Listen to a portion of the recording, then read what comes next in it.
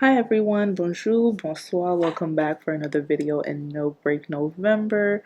Obviously you guys see this will be a lock extension video, so I'll be installing these lock extensions to my client's hair.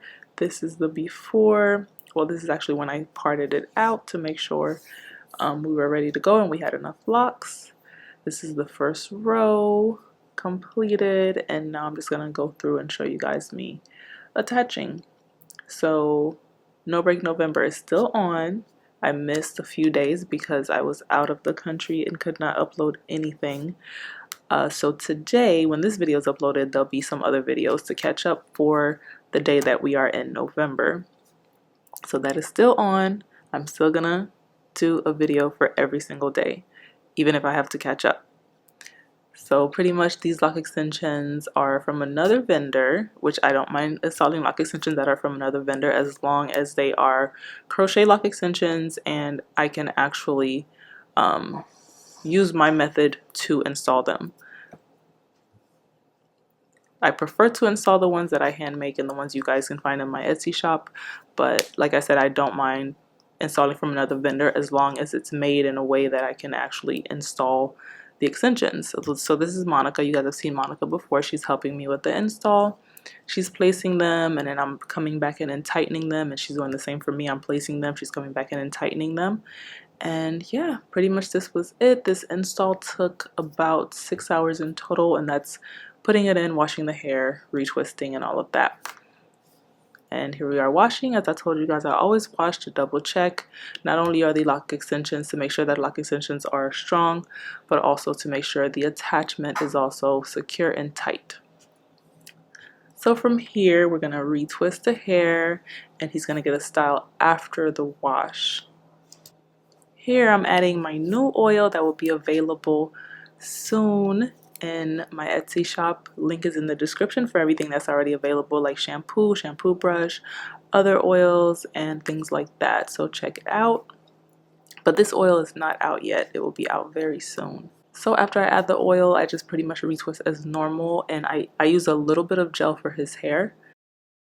I did not use clips while retwisting, only because I knew he wanted a style and I already knew what style I was going to do on him, so I already knew that I did not need the clips. Now if he told me he wanted his hair down and he just wants a retwist and have the hair down with no style, then I would use clips because that helps reinforce that retwist and it helps it last longer. But with the loop method, it can do the same, but the hair, once it's dried in that way, it can have the little loops still there, and we want like a really clean finish, so we didn't do